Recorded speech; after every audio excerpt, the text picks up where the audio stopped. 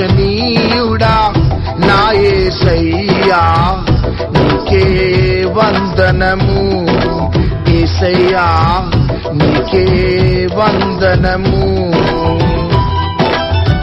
అతి కాంక్షణీయుడా నా యేసయ్యా నీకే వందనము, యేసయ్యా నీకే వందనము.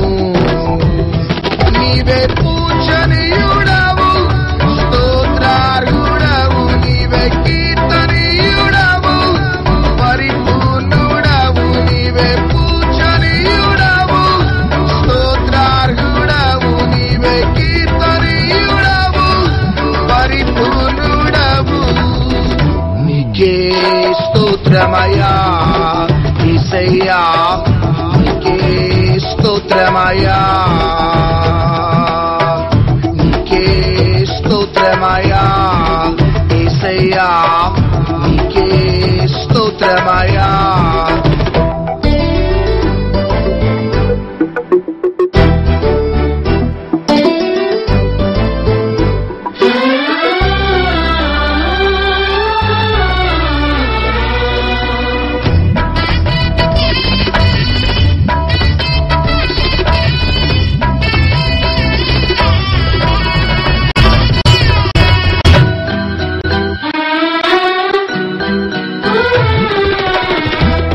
రక్తధారలతో వెలయించుకున్నావే, నీ శ్రేష్ఠ ప్రేమతో నన్ను పిలుచుకున్నావే.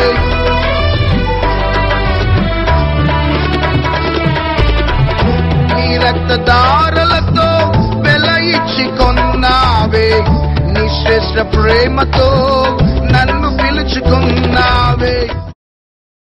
చూడండి, కొన్నిసార్లు మేము కూడా అనేక స్థలాలకు వెళ్ళినప్పుడు దేవుని శక్తి కలిగిన కార్యాలు చూసి కొంతమంది నిరుత్సాహపరిచే మాటలు మాట్లాడతారు, కొంతమంది అర్థం చేసుకోరు, కొంతమంది ప్రోత్సాహపరచరు, కొంతమంది హేళనాస్పదంగా దేవుని అభిషేకాన్ని మాట్లాడతారు. కానీ దేవుని యొక్క శక్తి ఎంత బలమైందో, అది ఎంత అంటే ఈ భూమి మీద ఆయన అభిషేకం విలువ తెలిసిన వారు మాత్రం ఆయన అభిషేకాన్ని గౌరవిస్తారు దేవుని బిడ్డలారా.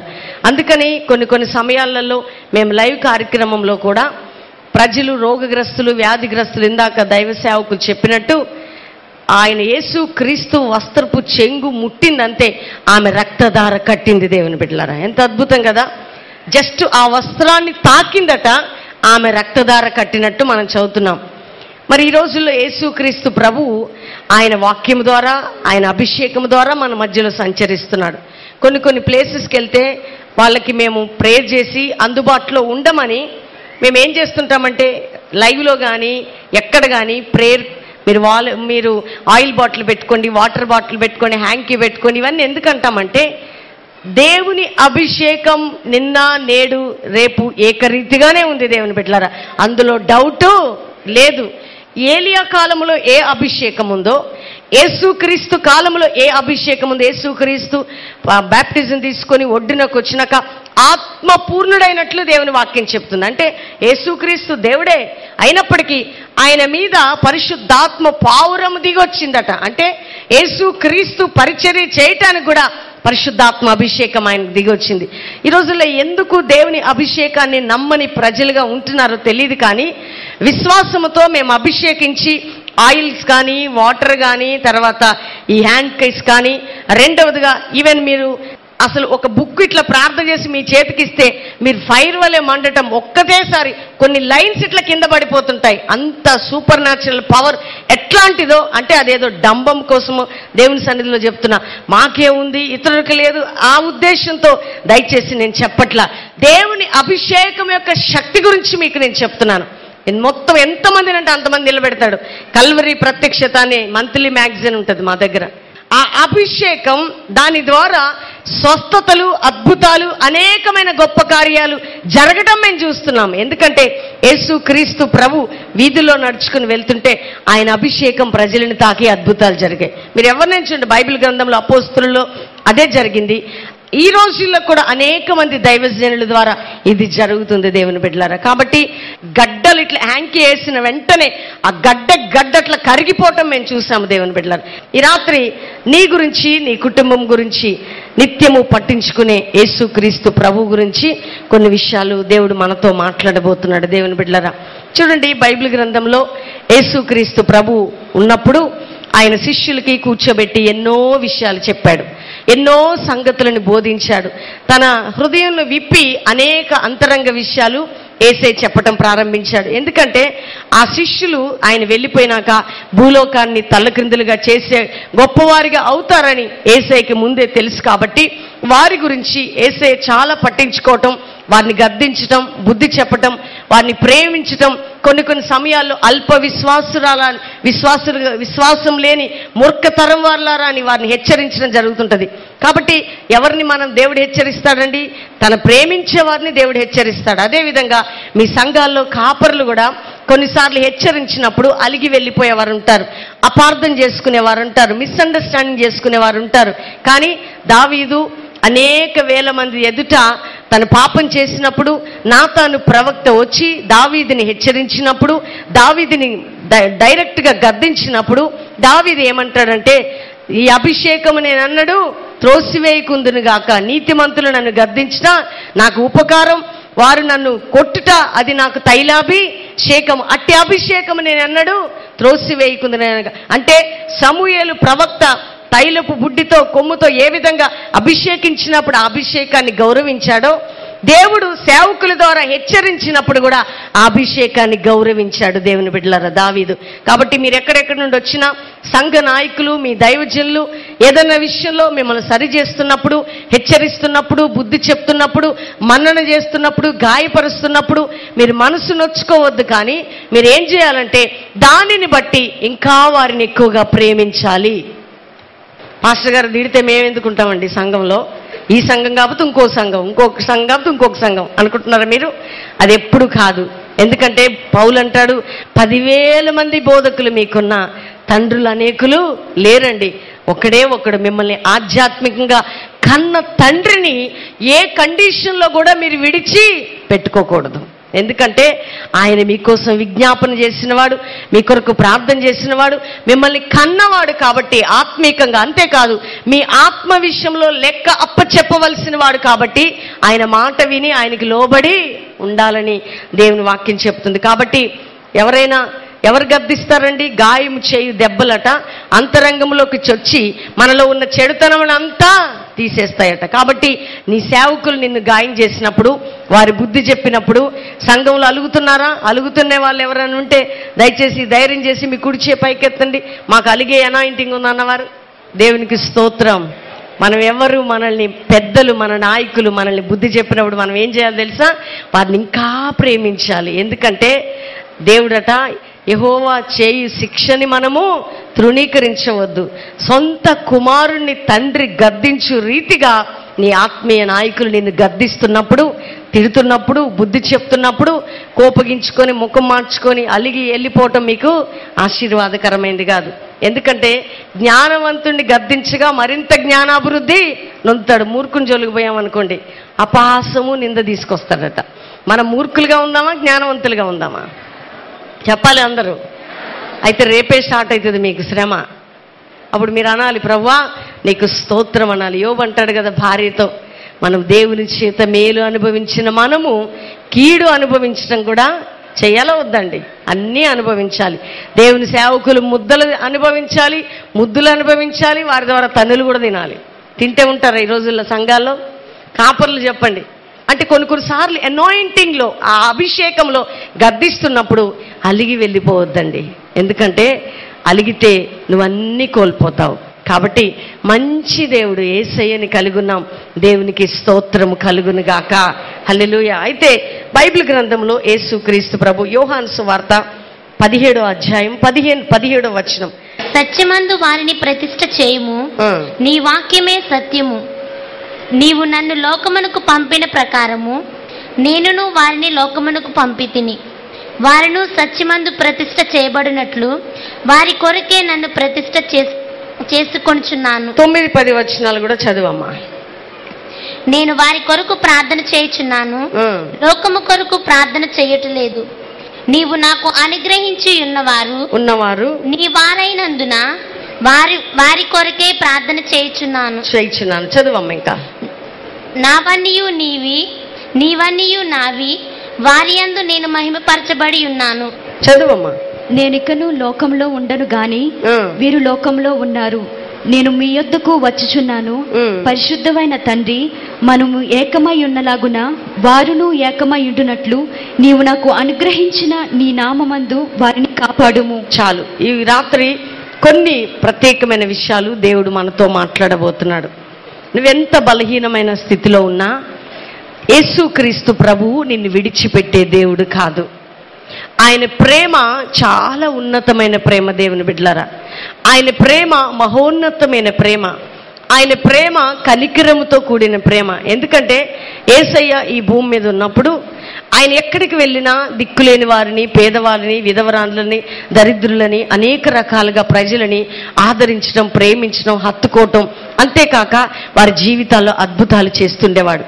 రెండవదిగా కుష్ఠరోగులు, భయంకరమైనటువంటి బంధకాలు ఉన్నవారిని, ఎవ్వరు కూడా పట్టించుకోని వారిని యేసయ్య ప్రేమించాడు.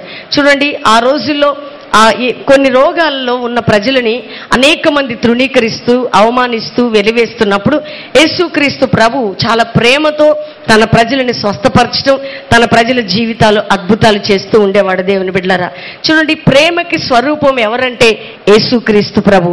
కొన్నిసార్లు అంటాం, యేసయ్యని కలిగి ఉన్న మన జీవితాల్లో అసలు ఆయన ప్రేమ ఏంటో, ఆయన మంచితనం ఏంటో మనం కొన్నిసార్లు మర్చిపోతుంటాం. ప్రేమ స్వరూపి యేసయ్య అని మనం అనుకుంటాం, మనకు దేవుని వాక్యం తెలుసు. కానీ నిన్ను ఎంతగా ఆయన ప్రేమిస్తున్నాడో, నీ గురించి ఆయన ఎంతగా ఆలోచిస్తున్నాడో, ఆయన ప్రేమలో ఉన్న లోతు గాని ఎత్తు గాని, ఆయన ప్రేమ మరణము కంటే బలమైనది, సముద్రం కంటే లోతైనది, ఆకాశం కంటే ఎత్తైనది అనే తెలుసు గాని దానిలో ఉన్న లోతును గ్రహించలేకపోతున్నావు. కానీ ఈ రాత్రి ఆయన నీ గురించి ఏమి చేయబోతున్నాడో ప్రభు మనతో మాట్లాడబోతున్నాడు. గట్టిగా ఒకసారి చప్పట్లు కొట్టి ప్రభుని మహింపరచుదామా? చూడండి, ఒకసారి యేసయ్య ఈ భూమి మీద ఉన్నప్పుడు ఒక ప్రాంతానికి వెళ్తూ ఉన్నాడు. ఆ ఊరి గవిని వద్దకు వెళ్తున్నప్పుడు ఒక విధవరాలు ఏడుస్తూ వస్తూ ఉంది. ఆమె ఎలా ఏడుస్తుందంటే, తన కుమారుడు చనిపోయాడు, విధవరాలు, భర్త లేడు, చాలా పేద వ్యక్తి, భయంకరమైనటువంటి కండిషన్లో తనకున్న ఒకటే ఒక కుమారుణ్ణి పోగొట్టుకుని ఆ డెడ్ బాడీని తీసుకుని ఊరిలో నుంచి అనేక మంది ప్రజలు ఆమెతో కూడా ఏడుస్తున్నారు, కానీ ఏ సహాయము చేయలేకపోతున్నారు. ఒక విషయాన్ని మీకు చెప్తాను, మనం ఏడిస్తే కొంతమంది కలిసి మనతో ఏడుస్తారు, కానీ ఎలాంటి సహాయం మనకి చేయలేరండి. కొన్నిసార్లు మనుషులుగా మనం కొంతమందిని ఆదరిస్తాం, కానీ కొన్ని వాటికి మనం జవాబు చెప్పలేము, మనం కొన్నిటిని సాధుపరచలేము, కొన్నిటికి విజయం కానీ సమాధానాన్ని కానీ మనం ఇవ్వలేము. ఎందుకంటే 2 మాటలతో బాధపడొద్దు అంటాం, అయ్యో 2 మాటలతో మన ప్రియులను ఓదారుస్తాం, దగ్గరికి వెళ్తాం, అయ్యో నీకు ఇంత కష్టం వచ్చిందా అంటాం, లేకపోతే ఇంత బాధ వచ్చిందా అంటాం, కానీ దాని నుండి మనం తప్పించే మార్గాన్ని వారికి చూపించలేము. చూడండి, యేసుక్రీస్తు ప్రభు ఆ ఊరిలోకి వస్తున్నప్పుడు ఊరిలో నుంచి ఒక డెడ్ బాడీ బయటకు వస్తుందండి.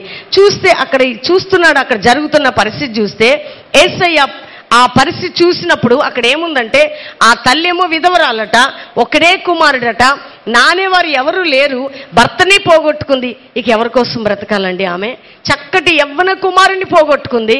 ఆమె ఏడుస్తుంటే ఊర్లో ఉన్న వారందరూ కూడా ఆమెతో పాటు ఏడుస్తున్నారట. అయ్యో అమ్మ, ఎంత కష్టం వచ్చింది తల్లి నీకు, మేమెవ్వరము నీకేమి సహాయం చేయలేకపోతున్నాం కదా అని ఏడుస్తూ ఆమెతో కలిసి ఏడ్చుకుంటూ ఊరిలో నుంచి బయటకు వస్తున్నారు.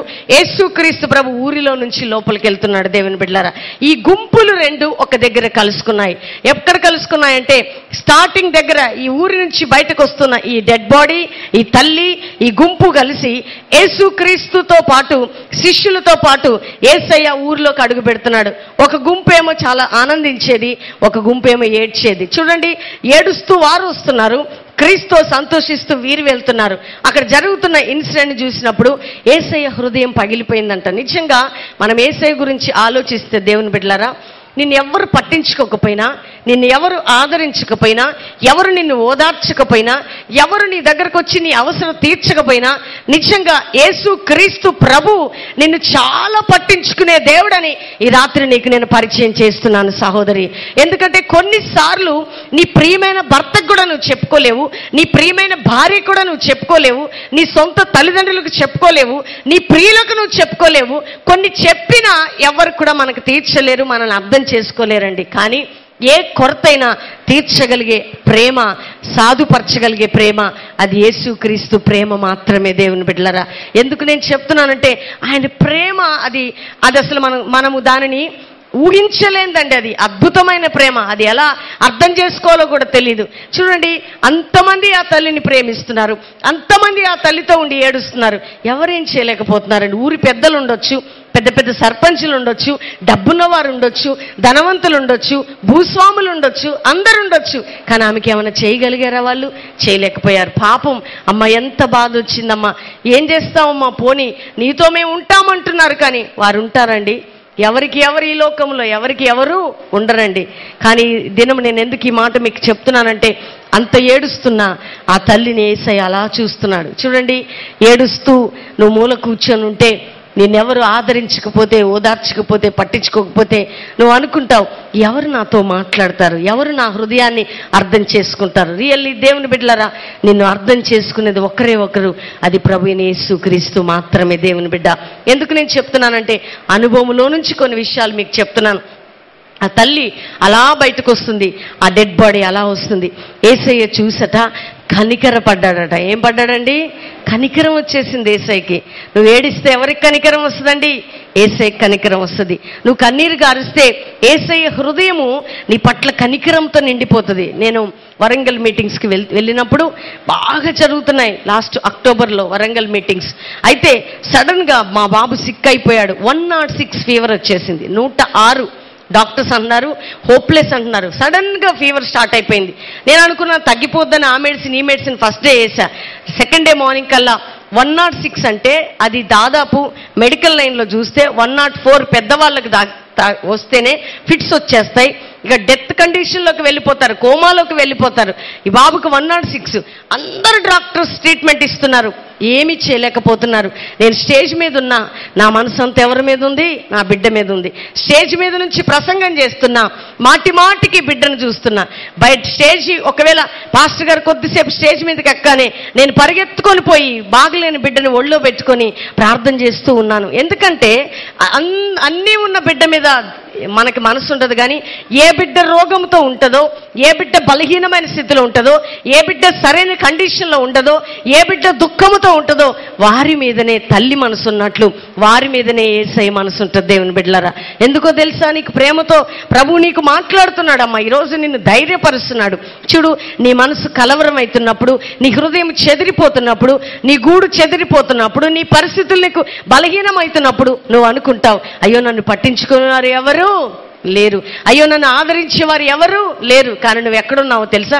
ఆయన కౌగిట్లో ఉన్నావు. ఆ టైంలో నీకు శ్రమ వచ్చినప్పుడు ఎవరి చేతిలో ఉన్నావు అంటే యేసయ్య కౌగిట్లో, యేసయ్య గుండె లోతుల్లో హత్తుకొని ఉన్నాడు ఆయన. కొన్నిసార్లు మన బిడ్డలు బాగాలేకపోతే ఏ విధంగా మనం స్పెషల్ ఇంటెన్షన్ ఇస్తామో, స్పెషల్ కేర్ ఇస్తామో, స్పెషల్గా హత్తుకుంటామో, యేసుక్రీస్తు ప్రభు మనసు కూడా బాగలేని వారి గురించి, బలహీనుల గురించి, కృంగిపోయే వారి గురించి, నలిగిపోయే వారి గురించి, విరిగిపోయిన వారి గురించి, కట్టబడలేని వారి గురించి, మనసులో దిగులుతో, వేదనతో, నిందల్లో, అవమానాల గుండా వెళ్తున్న వారి మీద యేసయ్య మనసు ఉంటుంది దేవుని బిడ్డలారా. నువ్వు ఏడుస్తుంటే దేవుడు మౌనంగా ఉండే దేవుడు అయినా కానే కాదు. కానీ ఆయన మౌనంగా ఉన్నాడంటే నీ జీవితంలో ఏదో అద్భుతం చేయబోతున్నాడని అర్థం దేవుని బిడ్డలారా.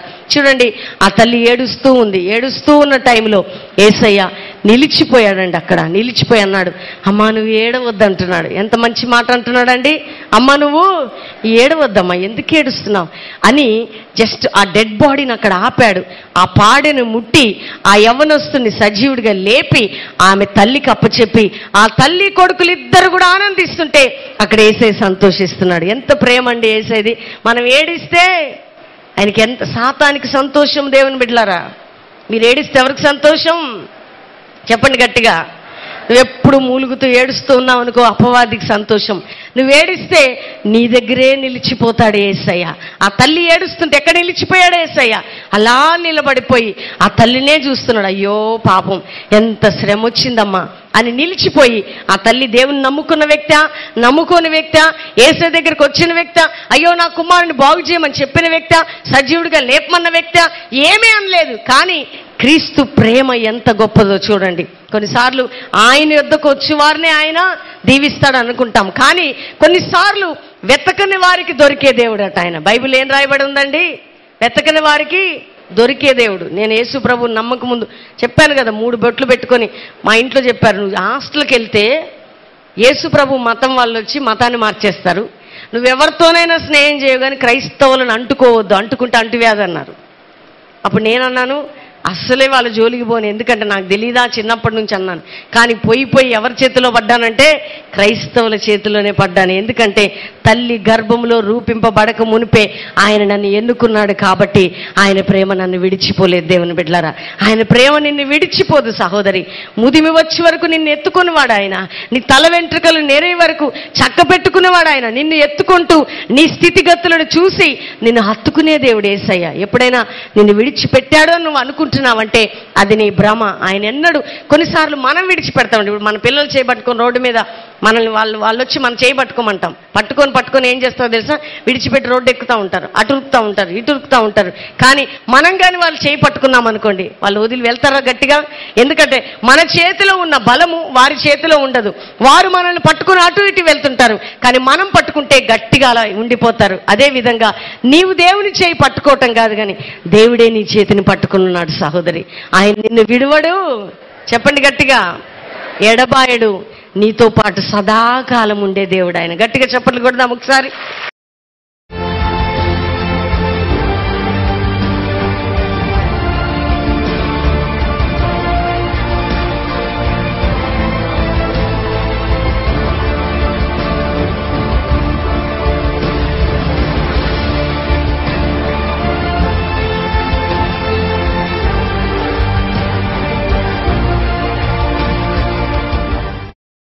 నాకు ఎలర్జీ బాగా వచ్చింది. ఆ దద్దుర్లు పెద్ద పెద్ద కణితుల్లాగా వచ్చినాయి. మందులు వాడిన తగ్గలేదు. మొన్న పోయిన మంగళవారం వచ్చాను, ప్రేయర్ ఆయిల్ రాసుకుంటే స్వస్థత ఇస్తే నేను సాక్ష్యం చెప్పుకుంటానన్నాను, తగ్గిపోయింది. పోయిన నెల వచ్చినప్పుడు మా అమ్మాయి గడ్డలు ఉండే, వచ్చే నెల తగ్గిపోతే సాక్ష్యం చెప్పుకున్నా. దేవుడు నా బిడ్డ ద్వారా స్వస్థ పొందాడు. ఎంతకాలం నుంచి ఉంది మీకు ఆ గడ్డలు? మా అమ్మాయి 4 నెలల నుంచి ఉండి ఇంత లావయ్యండి, పెర్ర మీద ఇంత లావయ్య వచ్చినాయి. గట్టిగా చప్పలు కూడా దేవుని మహిమపరుద్దాం. చూడండి, ఆ పాపకి మరి ఇంతంత సైజు గడ్డలు ఉన్నాయి. దైవ సేవకులు మరి ప్రార్థన చేసినప్పుడు ఆశ్చర్యకరమైన రీతిలో ఆ గడ్డలన్నీ కూడా పూర్తిగా కరిగిపోయినాయి. గట్టిగా చప్పలు కూడా దేవుని మహిమపరుద్దాం. నాకు 1-2 సంవత్సరాల నుంచి ఎడముక్కులో బాగా బ్లడ్ పడిద్దండి, ఒక టవలంతా తడిచిపోయిద్ది. ఎన్నో మందులు వాడామండి, బిడ్డలు కూడా ఏడ్చేవారు. సరేనని నేను ఒకరోజు టీవీలో చూస్తూ ఇలాగ ముక్కు దగ్గర చేయబట్టుకొని, ప్రభా నన్ను స్వస్థపరిస్తే మరి నేను సాక్ష్యం చెప్పుకుంటా అనుకున్నానండి. మరి దేవుడు స్వస్థపరిచాడు. 4 నెలల నుంచి అసలు బ్లడ్ అనేది నా ముక్కులో నుంచి రావట్లేదండి. మందులు వాడినా తగ్గని రక్తం మరి దేవుడు స్వస్థపరిచాడండి. అమ్మగారికి అయ్యగారికి వందనాలు. మరి పోయిన నెలలో నేను ఇక్కడ ప్రార్థనకు వచ్చి వెళ్ళానండి. వెళ్ళిన తర్వాత మా అమ్మాయి ఆదివారం రోజునే నేను చర్చికి వెళ్ళి మళ్ళీ ఇంటికి వెళ్ళేటప్పటికి కడుపులో నొప్పి వచ్చి ఉండట్టుండి మెలికలు తిరిగిపోయి తట్టుకోలేకపోతుందని హాస్పిటల్ తీసుకొచ్చి మా అల్లుడు కబురు చేశాడు. ఫోన్ చేసి నువ్వు అర్జెంటుగా రావాలి, 24 గంటల కడుపులో నొప్పి అంట, అర్జెంటుగా ఆపరేషన్ చేయాలన్నారు డాక్టర్ గారు అన్నారు. కానీ నేనైతే ఇక్కడ పేరాయిలు కచ్చిపు పోయిన నెలలో తీసుకెళ్ళా. ఆ 2 తీసుకుని హాస్పిటల్ వెళ్ళి ఆ పేరాయిలు రాసి కచ్చి వేసి నేను ప్రార్థన చేసే ప్రభా రిపోర్ట్లో నా బిడ్డకి ఏమి లేకుండా మందుల వల్ల తగ్గిపోయేట ఆపరేషన్ జరగకుండా చేపి అయ్యా ఏసయ్యా నేను సాక్ష్యం చెబుతానని ప్రార్థన చేసుకుంటే దేవుడు స్వస్థపరిచాడు. మా కూతురికి 2 సంవత్సరాల క్రితము మరి క్యాన్సర్ గడ్డలు ఉండయని మరి ఆపరేషన్ చేశారు. తర్వాత మళ్ళీ అమ్మాయికి ఉండట్టుండి ఎన్ఆర్ఐ హాస్పిటల్లోనే ఉద్యోగం చేస్తుంది. ఆ తర్వాత కడుపు నొప్పి వస్తే అక్కడే తీసుకెళ్ళి మేము చూపించినప్పుడు గడ్డలు ఉండయి మళ్ళీ అని చెప్పారు. మరి 50 ఈరోషణాలు అయినాయి. అమ్మాయి కోమాలోకి వెళ్ళినట్టు అయిపోయింది. తర్వాత మేము ఎన్ఆర్ఐ హాస్పిటల్ 20 రోజుల నుంచి ఉంటున్నాము. మా చెల్లి గారు పాతూరు అమ్మాయి విజయవాడ మీటింగుల్లో ప్రేహాలు ఆయిల్ను కచ్చిపు తెచ్చింది. అది మరి పొట్టింతలా నుబ్బిపోయింది, లాభం లేదంటున్నారు. అప్పుడు అమ్మాయి వచ్చి ఆ ఫేర్ ఆయిల్ రాసి ప్రార్థన చేసింది. ఆ కచ్చిపు పొట్ట మీద వేసిన తర్వాత క్రమేణా మరి తగ్గుతూ వచ్చింది. ఇప్పుడు పొట్ట తగ్గింది. మళ్ళీ ఎక్స్రే తీశారు. మళ్ళీ ఆ స్కానింగ్ తీస్తే గడ్డలు లేవని చెప్పారు. నేను మా భార్య కొన్ని కలతల వల్ల విడిపోయామండి. విడిపోయిన తర్వాత పాస్టర్ గారు ఒకరోజు ఎవరైతే విడిపోయారో వాళ్ళందరూ లేచి నిలబడమన్నారు. అప్పుడు మేము కూడా నిలబడినప్పుడు ఆయన ప్రేయర్ చేసినప్పుడు ఇప్పుడు మేమిద్దరం కలుస్తున్నామండి. దేవుడే మమ్మల్ని కలపడమే కాదు, నా భార్యను కూడా ఈ మీటింగ్ తీసుకొని వచ్చాడు. అందుకు దేవుని కృతజ్ఞతలు. దేవుని నామానికి మహిమ కలుగును గాక.